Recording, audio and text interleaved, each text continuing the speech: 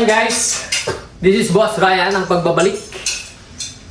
Meron tayong bagong vlog ngayon kasi may nangyari sa TV natin na hindi inaasahan. Ito. Yung! Kita nyo ba yan? Nawala.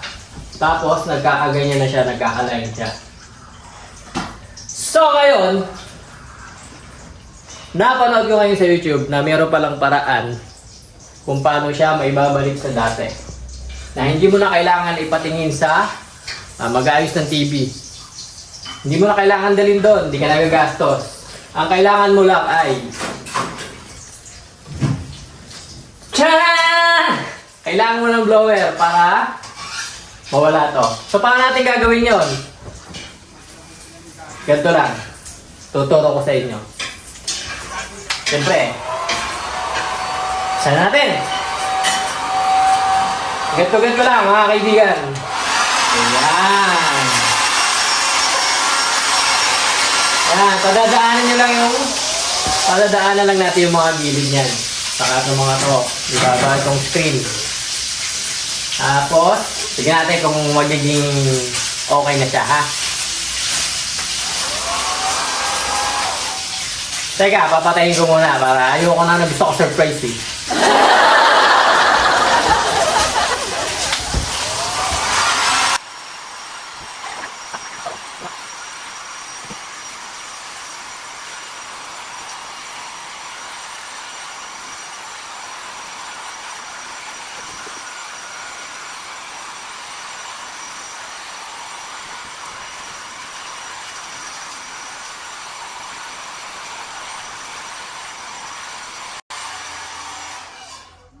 So ayan guys, first attempt, tatrayin natin kung magiging okay na.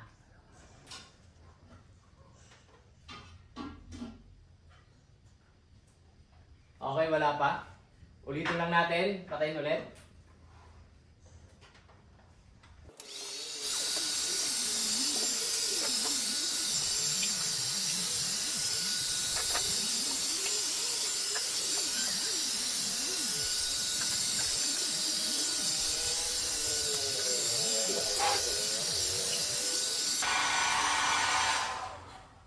So ayan guys, pangalawang subok, tatry ulit natin kung magiging okay na siya. Siyang! Ha! Wala pa rin. Hop! Isa pa, buksan ulit natin, patay buhayin lang natin.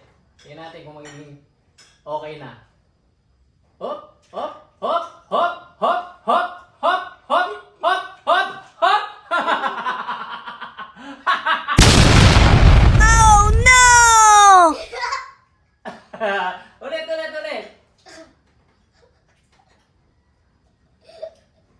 Ulit. Malapit na natin makuha mga guys! Ako, wala pa rin. Isa pa. Konti na lang, makukuha na natin yan.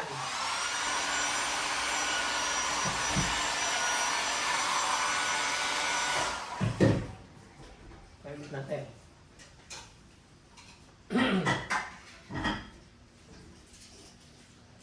Lipat mo. Lipat mo!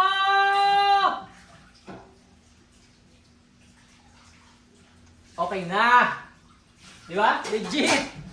Konting pasensya, konting tiyaga na kasi medyo matagal siyang painitan. Pero, legit. Tayo natin ilipat. Where's the remote?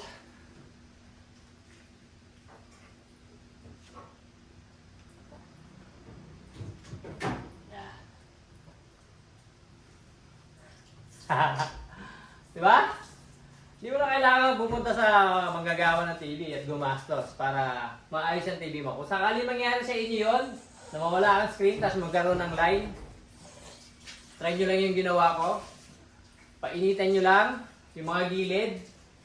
Tama nyo rin itong screen. Okay na pagka yung nakita mo siyang ganyan.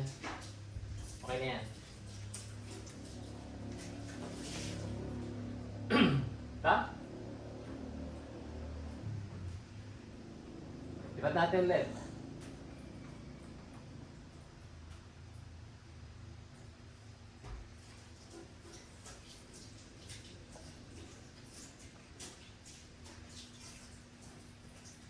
Okay na. So guys, hanggang dito lang.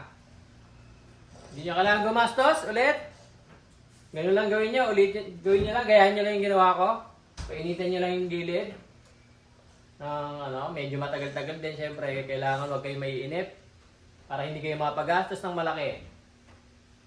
Gayahin nyo lang yung ginawa ko. Hanggang dito na lang. This is Boss Ryan. Peace out.